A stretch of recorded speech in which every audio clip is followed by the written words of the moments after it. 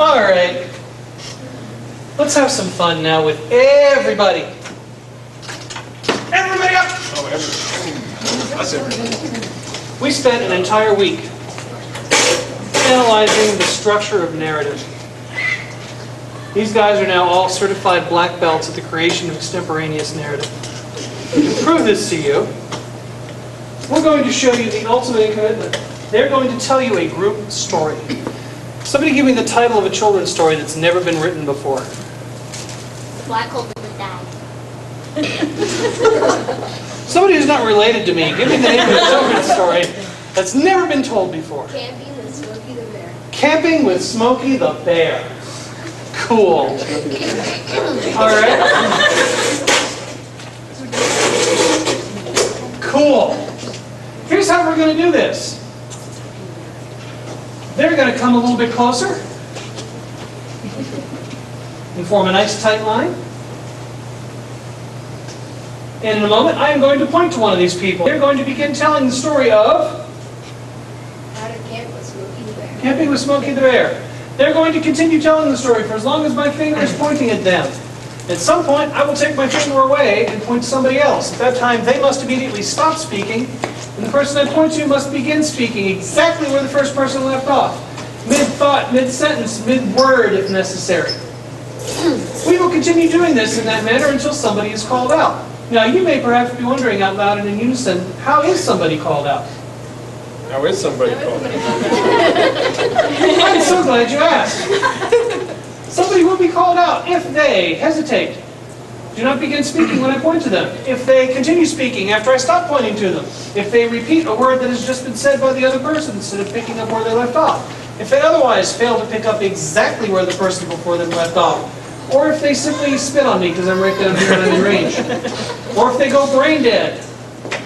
I will call them out. Now, because these are seasoned professionals, they are willing to suffer and, yes, indeed, to die for their art.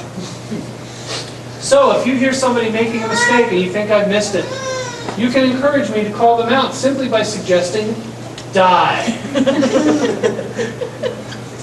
If I do, in fact, call someone out, they will come forward. They will ask you for a suggestion for a non-lethal type of object, and then, to demonstrate their commitment to the narrative arts, they will kill themselves with it. For your entertainment. When the floor is filled with bodies and there's only one person left standing, that will be the winner. Okay. The name of the game is Story, Story, Die. And our story tonight, Camping with Smokey the Bear.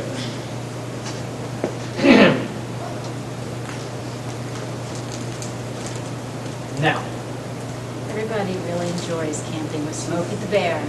It's one of the best times people have all year long, and everybody fights with the Smokey the Bear. Children like going out in the forest, but sometimes they get in trouble. With fires, because fires are a big part of camping. And so, in order to attract Smokey the Bear, because they know he loves to make sure the forest never goes aflame, they set fires. willingly and hope that he will come and stomp them out and decide to come and play with them and teach them about Camping. Camping is an age-old art in which One learns how to survive in the nature without any... Water. Water is almost essential when trying to put out a fire. So Smokey's creative... Die.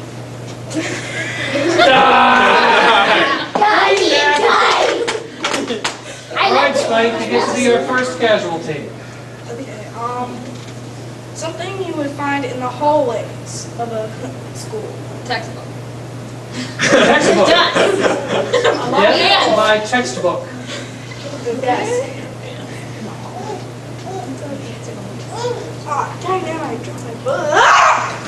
Banana peel. Yeah, that looked more like banana peel to me. But you know what? We'll take it. Get down there, Torts.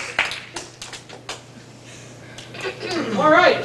Well, it was a sad ending to Chapter 1. Chapter 2 of camping with Smokey the Bear. Spring is coming. That means camping time is coming. But Smokey the Bird knows, and he's smart, that children will try to make him go out. when he's not ready to. So he makes sure that he has special books that are written that encourage children to go to the woods, but carefully. Therefore, Smokey is one of the first protectors of human civil rights. That's a little known fact because he's widely known as a conservationist. but he has many talents that lots of people don't know about. He actually has... Wait a minute, I heard cons and I heard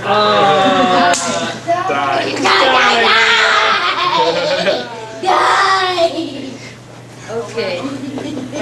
Give me an object that you would find in your garage. Chainsaw.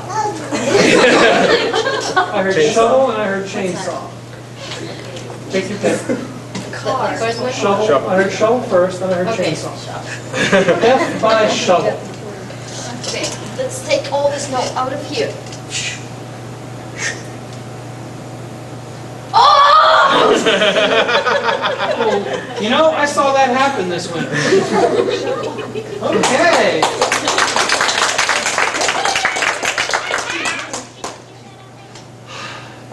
Chapter 3 of Camping with Smokey the Bear. After a long winter of hibernation, there's nothing that Smokey the Bear likes more Then going out through the woods and looking at all the new flowers. And bananas that are growing in the tropical forest, which we are talking about in this particular story. There's lots of other kinds of interesting things that you can do in the forest when you're camping that most people don't even know about. For example, you can swim in the rivers, you can Ski on the slopes, camping in the winter.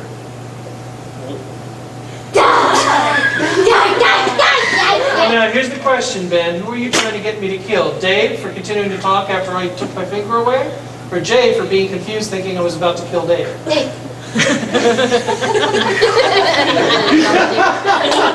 turf. What does the rest of the audience think? Dave. Dave, they hate you. Step forward and get your weapons. Something from the fishing and tackle shop. Hook.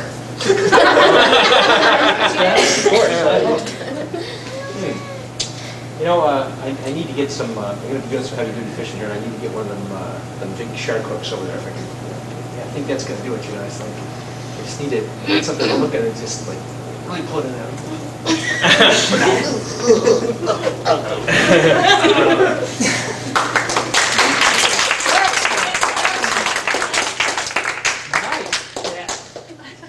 Well, the four of you kind of come up this way a little bit. Quit moving, you're dead. Okay. Let's see, 1, 2, 3 dead bodies. That means this must be chapter 4 of Camping with Smokey the Bear.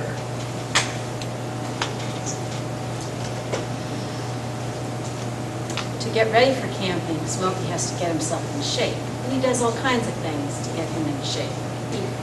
He runs in the woods and in the fields and he jumps over boulders and he does all sorts of things to get in shape.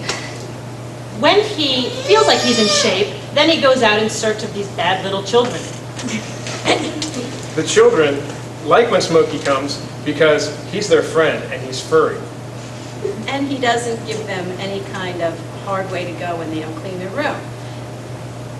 But he is very strict about how Setting forest fires. That's something. That you should never, ever, ever. underestimate. That forest fire, once it started, It's impossible, if not difficult, to put out with water or gasoline. Okay. So there's lots. Of other items you should bring into to the forest to help you put out these forest fires? Like buckets of water. Or napalm? Or lots of ice cubes. Sometimes you can find ice cubes. In your cooler. But sometimes you have to go down a cave and It's really dark down there, and Smokey doesn't usually like caves, only in winter time. When he's hibernating. But in the spring, he's happy. To live in the trees with the birds and the squirrels. And sometimes he knocks the eggs out of the nests, Of the birds who just laid them. and he feels really badly about that. Because the birds are also his woodland. Friends. He also enjoys Jumping around and watching Squirrels as they run up and down the trees. And he wishes he someday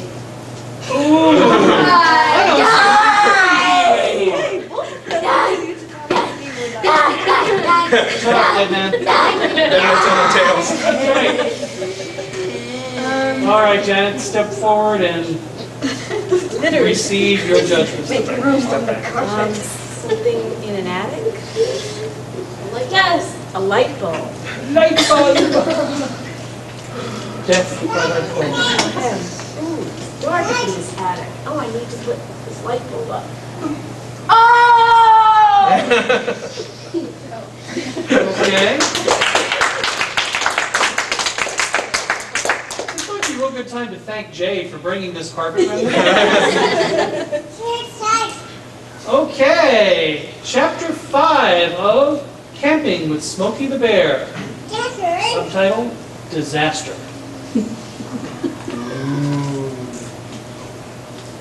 The fire had gotten out of control and was burning rapidly towards the hills. and the smoke was billowing into the sky. The fire guards from the nearest town Came as soon as they could, but it was not soon enough.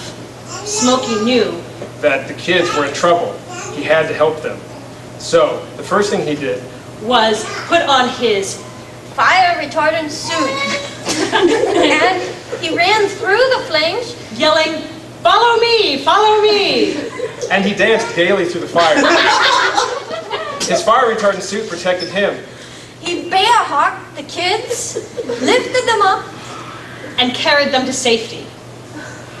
Phew, Smokey. Said, with a sigh of relief. He was glad. That this one time he was able.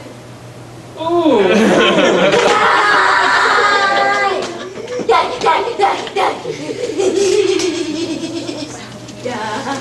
Something out of the trunk of your car. Tire. Tire iron or jack? Dead body. Somebody's been looking in my trunk. Tire iron? That's the big wrench that you use to change a tire with, or the jack that you jack the car up with? Okay. Oh, damn, a flat.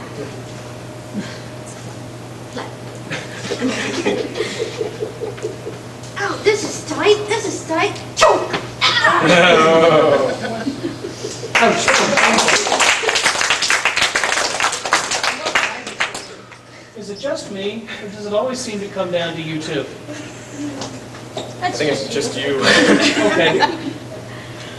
Well, the 6th and final chapter of Camping with Smokey the Bear. Are we ready? Sure.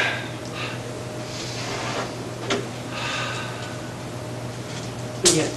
Smokey was a hero once again. The mayor called Smokey To help autograph the firefighters' hoses. Smokey was glad to oblige, but he needed to have a pen. Unfortunately, there seemed to be a lack of pens at the fire station. The pens, unfortunately, had all been burned up in the big forest fire of '76. Smokey said that was no problem because He he was could use his the one claws to help out dig with the, into the hose and getting the new therefore pens to help monogram replace his them. name with He a had little a etching. special His party in favorite order part to of this raise whole money ordeal to was buy having his new picture pens. taken with the The mayor. pens were very The mayor helpful loved to the having his staff of the picture fire taken department with because Smokey. they were able to fill Smokey out made their him full. look tall because Smokey was actually a very small bear. And the small bears, as we all know, have trouble. Remembering how tall people can be. So Smokey, when he stood 6'7" on top of the ladders, felt very big and And superior, frankly. Ooh, and.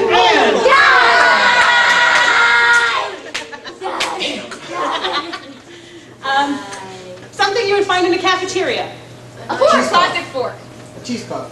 You know what? I'm liking cheese puffs. Because the others are just too easy. I picked my husband for the cheese puff.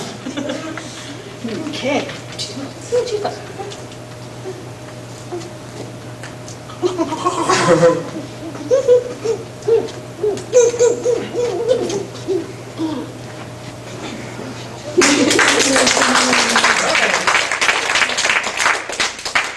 Yet another of the 7 deadly sins covered.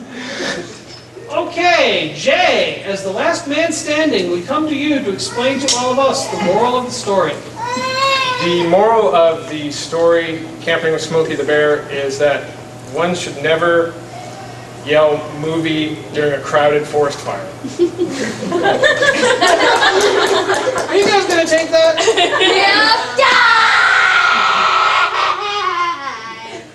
I like that. Show of hands. Who accepts that moral? Who rejects that moral? People switching You're their dead, votes Jay. here. You're dead, Jay. Can I have something find in an emergency room? Scalpel. A nurse. Saline drip. Unlike the scalpel. Okay, I'm gonna go with saline drip. Oh, someone just left their saline drip around here. Oh yeah, that's good stuff. Whoa.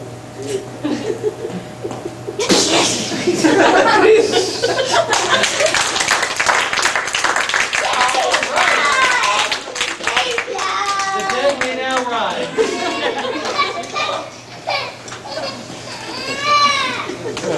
Okay.